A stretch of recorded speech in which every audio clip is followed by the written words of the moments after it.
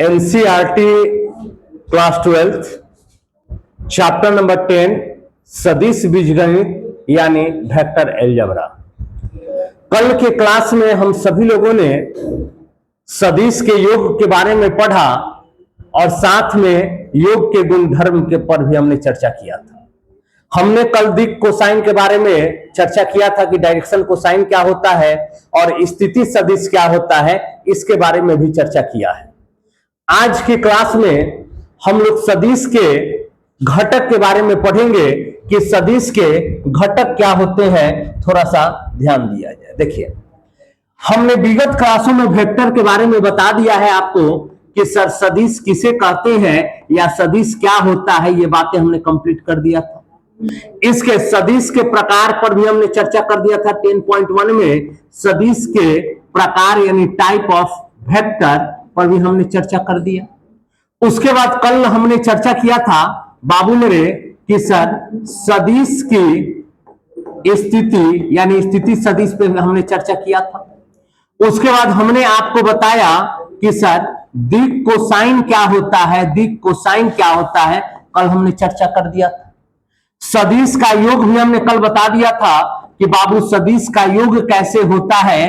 अगर दो गो same direction होगा तो तीसरा अपोजिट होता है, वो त्रिभुज नियम कहलाता है। उसके बाद दो सदिश अगर दिया गया तो उसका सम कैसे होता है। उसके बाद योग का गुणधर्म पर भी हमने चर्चा कर दिया था कि इसका प्रॉपर्टीज क्या होता है। आज की कड़ी में अगर हम इससे आगे बढ़ेंगे तो पढ़ेंगे क्या, सदिश के घटक यानी कंपोनेंट्स ऑफ अ वेक्टर। देखिएगा, सदिश के घटक, ध्यान दीजिएगा, सुनिए, ध्यान देना पड़ेगा। सदिश के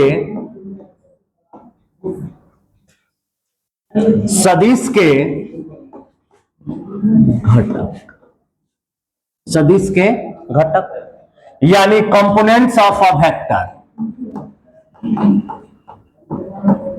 कंपोनेंट ऑफ वेक्टर। सुनिए, सदिश के घटक के बारे में हमें चर्चा करना है कि सदिश का घटक क्या होता है। जैसे मान लो तुम्हारे पास एक वेक्टर दिया गया है, vector A equal to X I cap plus Y J cap plus Z K cap, ठीक है। और यहां से दो तरह से घटक पूछे जा सकते हैं। पहला कि इसके अदिश घटक क्या होंगे और सदिश घटक क्या होगा। अगर सदिश घटक पूछेगा तो कैसे निकालेंगे और अदिश घटक पूछेगा तब कैसे निकालेंगे, थोड़ा सा ध्यान देना। देखो, अगर मान लो हम तुमसे कहते हैं कि बाबू मेरे इसका सदिश घटक निकालना है, क्या निकालना है, सदिश घटक। और सदिश घटक निकालना है यानी क्या लिखेंगे, एक्स आई वाई जे और जेड के, ये इसका सदिश घटक होंगे। और यदि हम अदिश घटक की बात करें, अदिश घटक की तो हम क्या लिखेंगे पता है कि सर एक्स वाई एंड, सुनो देखो, अगर सदिश घटक पूछेगा तो आई कैप जे कैप और के कैप कह देना, और अदिश घटक पूछेगा तो आई जे और के को हटा दिया जाता है। ये अदिश हो गया और ये सदिश हो गया। एग्जाम्पल के तौर पर अगर हम आपसे बात करें, एग्जाम्पल के तौर पर, तो हम कह सकते हैं कि सर मान लीजिए आपके पास vector A equal to 2i plus 4j और प्लस में बाबू 5k, ठीक। और मान लो आपसे पूछेगा कि सदिश घटक बता दीजिए कि इसका सदिश घटक क्या होगा, तो ये बताने की जरूरत है क्या, सदिश घटक क्या बन जाएगा, तो 2i 4j और 5k। और यदि अदिश घटक कह दे कि अदिश घटक बता दीजिए, अदिश घटक, तो अदिश घटक में क्या क्या आ जाएगा बताओ, 2 4 5। उम्मीद करता हूं समझ में आ गया होगा। बोलिए समझ में आया कि नहीं। वेक्टर कंपोनेंट ये हो गया, स्केलर कंपोनेंट ये हो गया, यानी एक्स आई वाई जे और जेड के ये क्या हो गया, वेक्टर कंपोनेंट यानी सदिश घटक। और ये जो बनेगा एक्स वाई जेड, ये क्या बनेगा, स्केलर कंपोनेंट यानी अदिश घटक। बोलिए कोई दिक्कत है इसमें। एक सवाल ले लेते हैं आपके किताब से ही, ठीक है।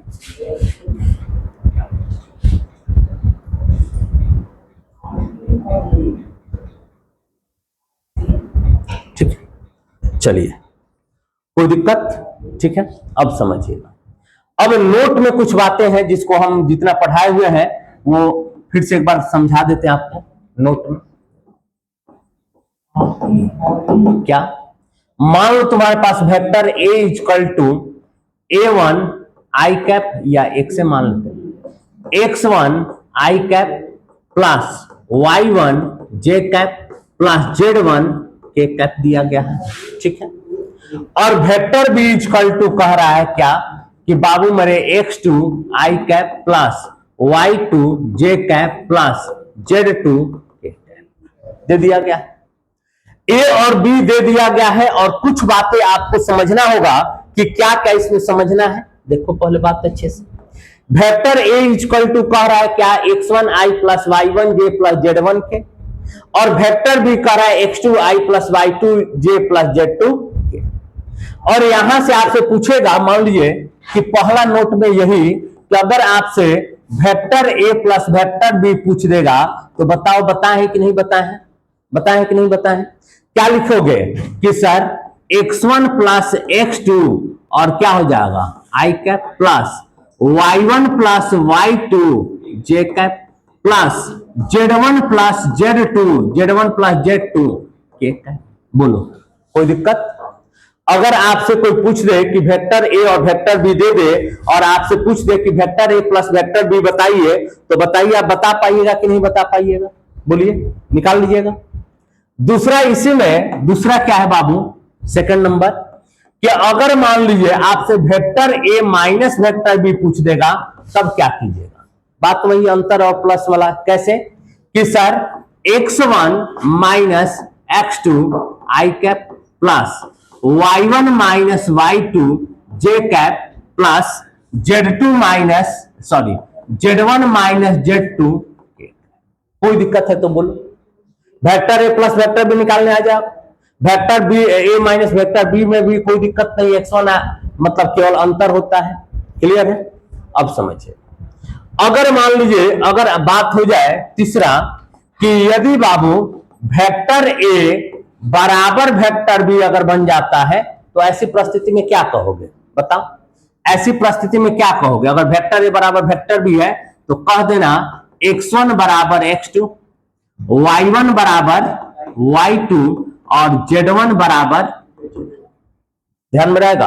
अगर आपसे vector A plus vector B पूछेगा बता दिए, vector A minus vector B पूछेगा तो बता दिए, और यदि वेक्टर ए बराबर वेक्टर बी हो तो ये ध्यान में रखना है x1 बराबर x2, y1 प्लस y2 और z1 बराबर z2। कोई दिक्कत है तो बोलो, ठीक है? कोई दिक्कत? चलिए, इसी से अगर चौथा अगर हम बात कर दें, चौथा बात अगर कह दें, आपको बताया भी है, मान लीजिए के वेक्टर ए है तो इसका मतलब क्या होगा? बताओ, के वेक्टर ए है तो इसका मतलब क्या होगा कि सर वेक्टर ए में के से गुना क्या लिख सकते हैं? के x1 आई कैप प्लस के x2 j कैप प्लस के x3 k कैप। कोई दिक्कत है तो बोलिए, कोई दिक्कत है यहां तक में? कहां पे बाबू? के x1, अच्छा x1 x2 मान लिया, सॉरी यहां पे क्या लिखेंगे बाबू? यहां पे z हो जाएगा, ठीक ना, y1 क्योंकि y1 और z। कोई दिक्कत? इतना बातें, चार बातें आप समझ गए हैं। तो चलिए इसी पे कुछ एग्जाम्पल है जिसको हम समझाने का प्रयास करते हैं ताकि आपको समझ में आ जाए, ठीक ना। आई कैप, अच्छा जब कैप पूछ दिए तो हम बता ही दे। देखो यहां तक तो क्लियर है ना सभी लोग को? अब एक होता है, आपको बताए थे बाबू कि 10.1 में कि बाबू मेरे मात्रक सदिश, बताएं कि नहीं बताएं? बताओ, मात्रक सदिश यानी यूनिट वेक्टर, यूनिट, बताइए बताएं कि नहीं बताएं? यूनिट वेक्टर सर वैसा सदिश जिसका मैग्नीट्यूड 1 हो जाए उसको ए कैप द्वारा सूचित करते बताए थे ना। तो अगर मान लीजिए कि सर मात्रक सदिश, ये फॉर्मूला ध्यान रखिएगा, ए कैप इक्वल टू होता है वेक्टर ए बाई ए का मैग्नीट्यूड, ठीक ना। ए कैप इक्वल टू क्या होता है? तो वेक्टर ए और बाई में ए का मैग्नीट्यूड। ध्यान में रहेगा कि नहीं रहेगा? बोलिए, जब कभी अगर आपको किसी भी सदिश का मात्रक सदिश निकालना है तो वेक्टर ए बाई ए का मैग्नीट्यूड कर दिया। जैसे मान लीजिए हम एक एग्जांपल समझाते हैं, वेक्टर ए इक्वल टू मान लो 2i प्लस 3j, ठीक ना, और या इसको ऐसे कर दे क्या, 3i प्लस 4j और प्लस में 5k ले लेते हैं, ठीक है। अब यहां से अगर इसको हम सॉल्व करें तो कैसे सॉल्व करेंगे बताइए। अगर इसे सॉल्व किया जाए, मात्रक सदिश निकालना है तो कोई टेंशन नहीं है बाबू। मात्रक सदिश निकालने के लिए हमने आपको बताया था ए कैप इक्वल टू क्या, कि sir A magnitude by A का magnitude, vector A by A का मैग्नीट्यूड। वेक्टर ए कितना है बताओ, 3i प्लस 4j और प्लस में 5k, और ए का मैग्नीट्यूड निकालना आपको शुरू में ही बता दिए थे, याद आ रहा है, स्थिति सदिश में ही। क्या सर कि 3 का स्क्वायर प्लस 4 का स्क्वायर प्लस 5 का स्क्वायर, यानी 3i plus 4j plus 5k। By में कितना हो गया बताओ, 9 प्लस 16 प्लस 25, यानी हमें लगता है कि 3i plus 4j plus 5k, और बाई में कितना हो जाएगा बताओ, बाई में 16 9 25 25 50 अंडर रूट 50। अब इसको अगर लिखना होगा तो हम क्या लिख सकते हैं कि sir 3i by root 50 plus 4j root 50 और प्लस 5k बाई रूट 50, ठीक है। अब यहां से अगर इसको हम सॉल्व करें तो इसका मान 1 ही आएगा। इसका अगर हम मैग्नीट्यूड निकालें तो 1 आएगा, देख लो कैसे। रूट में लिखना होगा तो 3 बाई रूट 50 का स्क्वायर प्लस 4 बाई रूट 50 का स्क्वायर प्लस 5 बाई रूट 50 का स्क्वायर। रूट में कितना हो जाए बताओ, 9 बाई 50, 16 बाई 50 प्लस 25 बाई 50, जोड़िएगा तो 50 बाई 50 हो जाता है, कट के 1 हो गया, अंडर रूट 1। यानी किसी भी वेक्टर का अगर आपसे मात्रक सदिश पूछ दे, कोई भी वेक्टर दे दे और आपसे कहे कि इसका मात्रक सदिश निकालिए, तो ये फॉर्मूला जरूर ध्यान में रखिएगा। A cap equal to A का vector A cap equal to vector A by A का magnitude, A cap equal to A का वेक्टर ए बाई ए का मैग्नीट्यूड। और जैसे आप पूछ रहे हैं कि सर आई कैप क्या है, तो आई कैप का मैग्नीट्यूड करेंगे ना तो 1 हो जाएगा। कोई भी अगर इकाई है, जैसे ए है, ए कैप आप मान निकालिए और उसका मैग्नीट्यूड निकालिए ना, तो वो क्या होगा, 1 के बराबर हो जाएगा, ठीक ना। तो कैप लग गया तो उसका समझिएगा कि उसका मैग्नीट्यूड क्या होगा, 1 होगा। और उसी बेस पर हमने इस सवाल को भी सॉल्व करके आपको बता दिया। बोलिए कोई दिक्कत। एक सवाल लेते हैं जहां पे समझिएगा पहले, देखिए एग्जाम्पल नंबर 4 क्या है, सुनो। एग्जाम्पल नंबर 4 कह रहा है क्या, एक्स वाई और जेड के मान ज्ञात करें, का मान ज्ञात करें, ताकि सदिश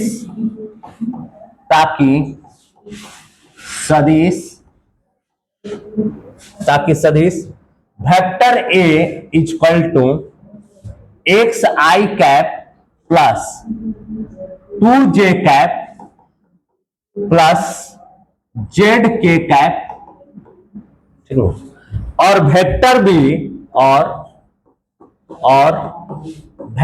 B equal to 2i plus yj plus k, ठीक, समान है। क्या है बाबू, समान, ठीक है, का समान है। अब सवाल क्या है कि एक्स वाई जेड हमें निकालना है और वेक्टर ए वेक्टर बी क्या कह रहा है कि इक्वल है। अब यहां पे तुम अब ध्यान दोगे तो हमने पहले ही बता दिया है कि अगर ए इक्वल बी होगा तो इस प्रोसेस को आप लागू कर लेना।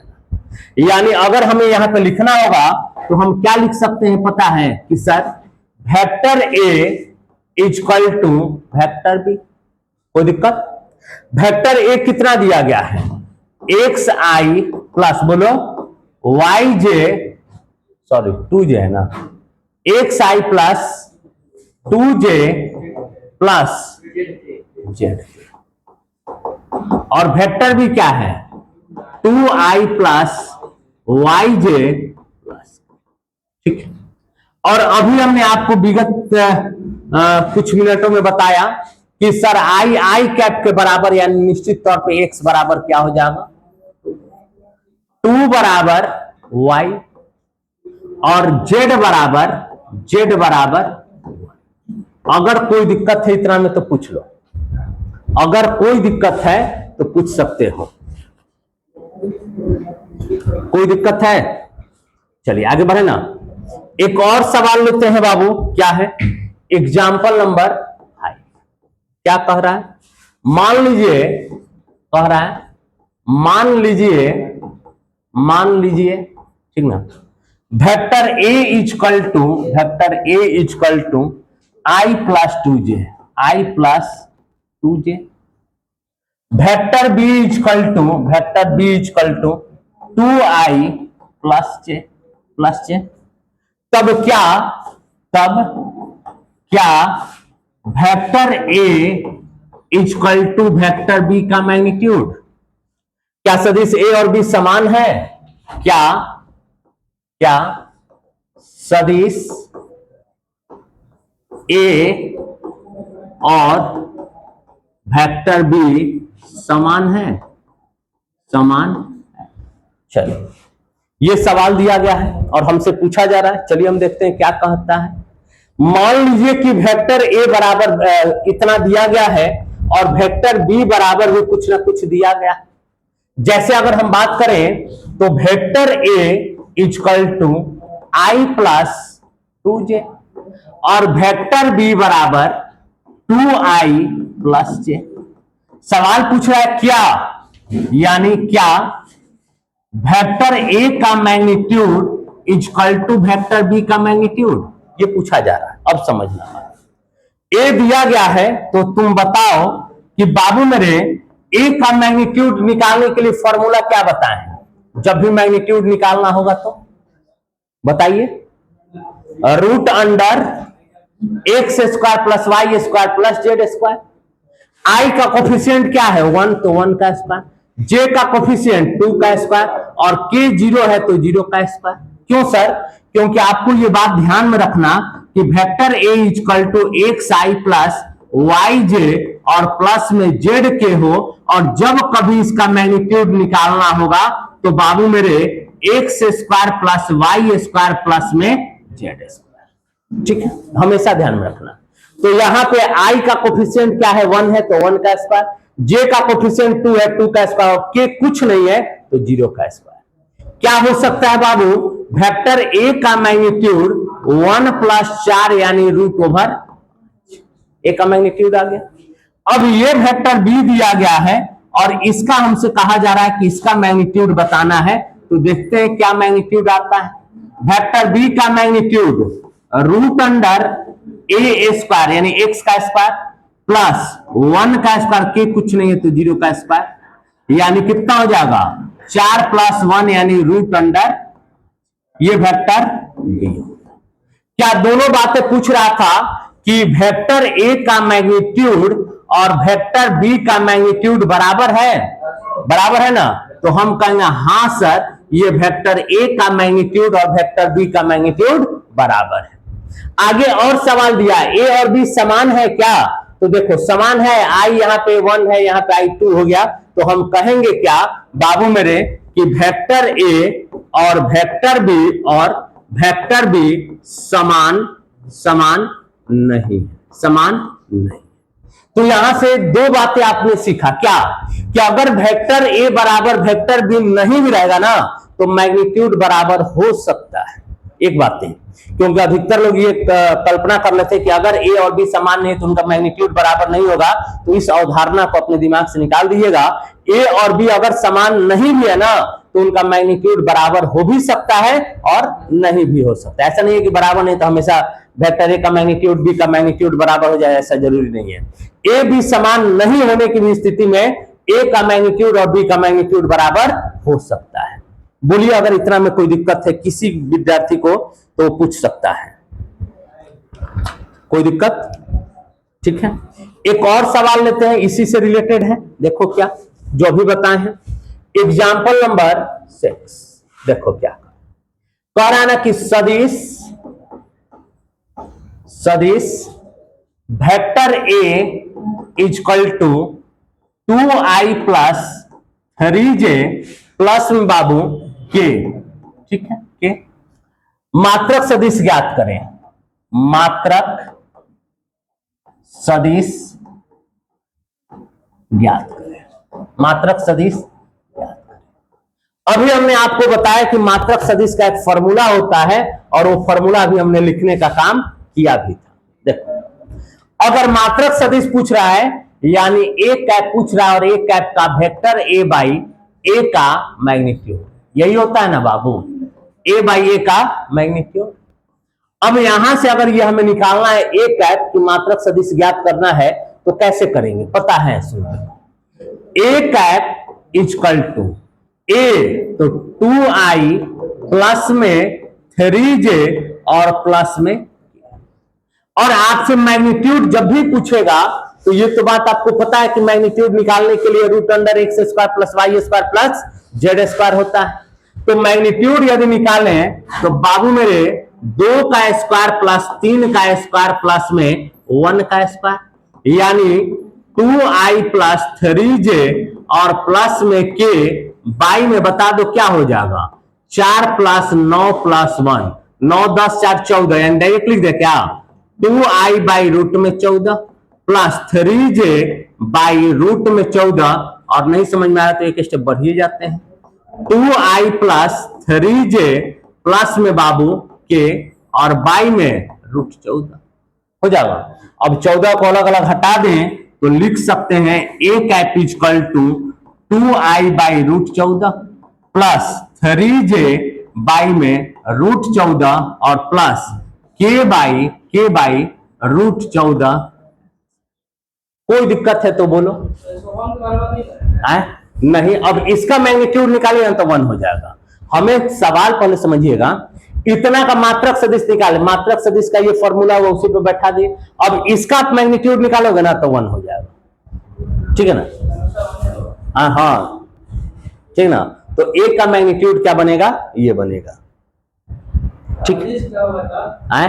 अदिश में मात्रक सदिश कुछ भी नहीं करेगा, लिमिट रहता है ना सवाल का। देखो सुनिए, एक उदाहरण नंबर 7 बताते हैं। देखिए एग्जाम्पल नंबर 7 क्या कह रहा है, सुनो। सदिश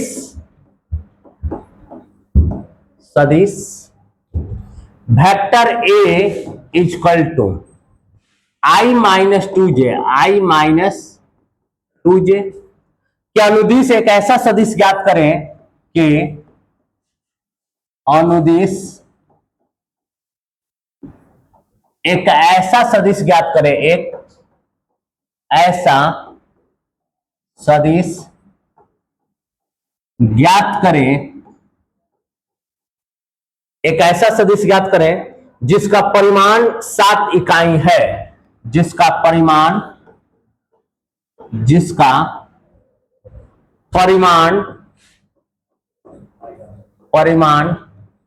7 इकाई है, 7 इकाई है, ठीक। अब बात को समझिएगा। अब यहां से थोड़ा सा ध्यान दीजिए, कह रहा है कि एक अनुदिश एक ऐसा सदिश ज्ञात करें जिसका परिमाण 7 इकाई। बताओ ये सवाल कैसे बनाओगे? देखिए सवाल समझिए पहले। कह रहा है कि a बराबर इतना अनुदिश एक ऐसा सदिश ज्ञात करें जिसका परिमाण 7 इकाई हो, यानी उसका मैग्नीट्यूड ए देकर ऐसा पूछ रहा है कि ऐसा बता दीजिए कि अगर हम उसका परिमाण निकाले तो वो 7 के बराबर हो जाए। बताइए कैसे होगा, इस सवाल को कैसे हल कीजिएगा? नहीं, देखिए जैसे मान लीजिए हम कहते हैं कि मान लीजिए हमारा एज 30 साल है, 30 साल है और हमको अब लेकर जाना है, हमका मेरा एज मान लीजिए कि 15 साल करना है, तो 15 साल करने के लिए क्या करेंगे बताओ? घटाएंगे नहीं इसमें।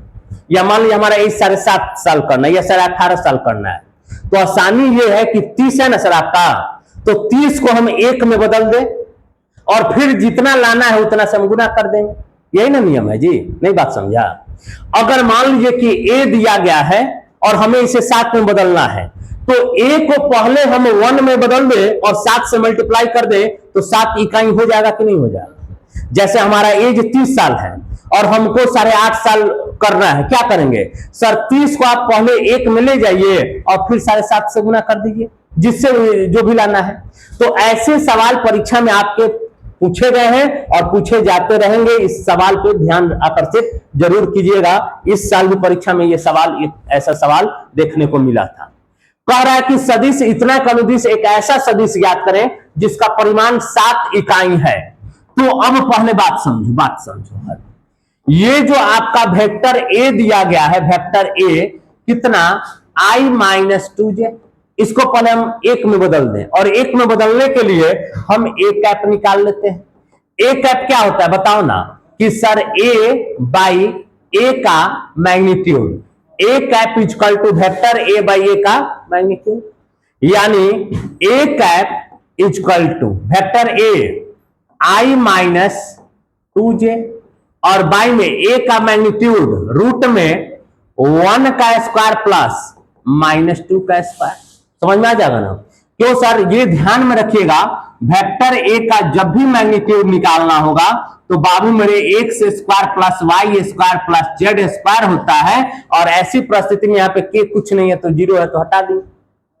ठीक है, अब लिखना होगा तो बाबू मेरे i-2j और बाई में रूट में 1 + 4, यानी i-2j और बाई में रूट में 5। ये किसका मान हो गया, ए कैप का। अब लिखना होगा तो A cap equal to i by root 5 -2j by root 5। इसका मैग्नीट्यूड करेंगे ना तो 1 आएगा, और हमें क्या लाना था 7 इकाई, तो 7 इकाई का मतलब 7 वेक्टर ए में गुना कर देते हैं, यानी 7 into i by root 5 -2j by root 5 गुना कर लेते हैं। 7i बाई रूट 5 और -7 दूनी का 14 रूट j रूट में 5, यही आंसर। अगर आप इसको हल कीजिएगा ना, हल कीजिए, इसका मैग्नीट्यूड निकालिएगा तो निश्चित तौर पे 7 ही आएगा। करके दिखा दे क्या आए? चलिए देख लीजिए। फॉर्मूला तो तुम्हें पता है, ए स्क्वायर एक्स स्क्वायर नहीं 7 बाई रूट 5 का स्क्वायर प्लस क्या हो जाएगा -14 बाई रूट 5 का स्क्वायर। देखो बोलो कितना हो जाएगा, 49 बाई 5 प्लस 14 का स्क्वायर कितना होता है बाबू, 196 ना, 196 बाई 5। जोड़ दीजिए, 9 6 15 5 हाथ में लगा 1, 9 4 13 14 4 में लगा 1 और 1 1 245 बाई 5। 5 से कटा देंगे, 5 चौके 20, 4 9 तो 5 9 45 अंडर रूट 49, यानी आ गया कि नहीं आ गया। तो जब कभी इस तरह का सवाल आपसे पूछे तो आप पहले उसको 1 में लेके चले जाइए, इकाई निकाल दिए, और निकालने के बाद जितना परिमाण लाना है ना उतना से मल्टीप्लाई कर दीजिएगा। कोई दिक्कत है तो बोलिए, ठीक है। आए कहां पे, यहाँ पे ना, हाँ नहीं ना, वेक्टर में चाहिए। एक अनुदिश एक ऐसा सदिश ज्ञात करना है, सदिश के फॉर्म में होना चाहिए, ठीक ना। ये ध्यान रखिए क्या निकालना, अदिश पूछता ना तो हम 1 गुना 7 लिख सकते थे, ठीक है ना। क्लियर है ना बाबू, बढ़े आगे चलिए। क्या नंबर था, 7 था ये। देखिए एक एग्जाम्पल नंबर 8 है, वो हम बताएंगे नहीं, आप स्वयं बनाइएगा। कह रहा है कि ए और बी दिया गया है कि योगफल का अनुदिश मात्रक सदिश ज्ञात करें। ए और बी जोड़ कर उसका मात्रक निकाल देना, ए कैप निकाल देना। निकल जाएगा कि नहीं निकल जाएगा, बोलिए निकल जाएगा कि नहीं निकल जाएगा। ए और बी जोड़ कर और तब उसका मात्रक निकाल देना है। हो जाएगा कि बता दें, हो जाएगा ना। चलिए अब आगे हम बढ़ते हैं एग्जाम्पल नंबर 9 पर। अगर नहीं बनेगा एग्जाम्पल नंबर 8 तो कहिएगा, नहीं तो किताब में तो सवाल मिलबे करेगा ऐसा। बस दोनों को जोड़कर और मात्रक निकाल देना है। देखिए सदिश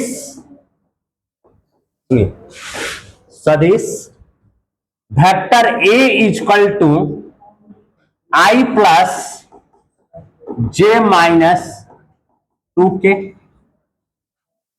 दिक अनुपात लिखिए, के डायरेक्शन रेशियो पूछ रहा है, दिक अनुपात लिखे, दिक अनुपात लिखे और इसकी सहायता से दिक कोसाइन भी निकालिए। इसकी सहायता से, इसकी सहायता से, इसकी सहायता से दिक कोसाइन ज्ञात करें। दिक कोसाइन ज्ञात। देखिए दिक अनुपात नहीं बताए थे कि सवाल पर ही आपको समझा देंगे ताकि आपको एकदम स्पष्टीकरण हो जाएगा, बेहतर ढंग से बात को समझिए। देखिए अगर आपसे पूछता है ना बाबू कि डायरेक्शन रेशियो यानी दिक अनुपात ज्ञात करें, तो ऐसी परिस्थिति में आपको तो टेंशन लेना ही नहीं है, टेंशन लेना ही नहीं है। देखो अगर हमसे कह रहा है कि बाबू मेरे vector A equal to I plus J minus 2k और सवाल पूछ रहा है कि इसका दिक अनुपात बताइए, दिक अनुपात बताइए, तो आप डायरेक्ट लिखना 1 1 माइनस 2, बस यही होता है। दिक अनुपात क्या हो जाएगा 1 1 माइनस 2। क्यों बाबू 1 1 माइनस 2? तो यहां पे आप ध्यान रखिएगा कि जब कभी अगर इस तरह का सवाल मिलता है तो आप डायरेक्ट यहां पे जो भी इनके कोफिशिएंट होंगे उन्हीं को लिख दिया जाता है, यानी दिक अनुपात क्या हो जाएगा 1 1 माइनस 2। और दिक अनुपात को ए बी सी द्वारा डिनोट करते हैं, तो आप कह सकते हो ए बराबर 1, बी बराबर 1 और सी बराबर माइनस। ठीक है, दिक अनुपात हो गया। देखो अगर नहीं समझ में आ रहा है तो सुन लो थोड़ा सा। यदि तुम्हारे पास vector A equal to X I plus Y J और प्लस जेड के दिया गया है और आपसे कहेगा कि डायरेक्शन रेशियो बताइए, डायरेक्शन रेशियो बताइए, कोई टेंशन नहीं है। ए बराबर एक्स, बी बराबर वाई और सी बराबर, आप लिख भी सकते हैं कि बाबू मेरे दिक अनुपात को, दिक अनुपात को ए बी सी द्वारा सूचित करते हैं, कोई टेंशन नहीं, द्वारा सूचित करते हैं। दिक अनुपात निकल गया ना। अब क्या है वो पूछेगा डायरेक्शन कोसाइन, डायरेक्शन कोसाइन आपको बताइए किए हैं, फिर भी एक बार बता देते हैं। अब पूछेगा क्या बाबू कि डायरेक्शन कोसाइन, तो डायरेक्शन कोसाइन कैसे निकालेंगे पता है? पहले जो भी वेक्टर दिया गया है ना उसका ए कैप निकाल लीजिए। ए कैप निकालने का मतलब कि वेक्टर ए बाई ए का मैग्नीट्यूड, ये फॉर्मूला हो गया डायरेक्शन कोसाइन निकालने का। ए कैप करेंगे तो x I plus Y J और प्लस में जेड के, और बाई में ए का मैग्नीट्यूड रूट में X square plus Y square plus. कोई दिक्कत? क्या लिख सकते हैं बाबू मेरे A cap equal to X by root में X square plus Y square plus Z square. ठीक है, एक्स आई प्लस अलग अलग कर रहे हैं, ठीक ना, प्लस वाई जे और बाई में रूट में X square plus Y square plus Z square plus Z के और बाई में रूट में X square plus Y square plus हो जाएगा।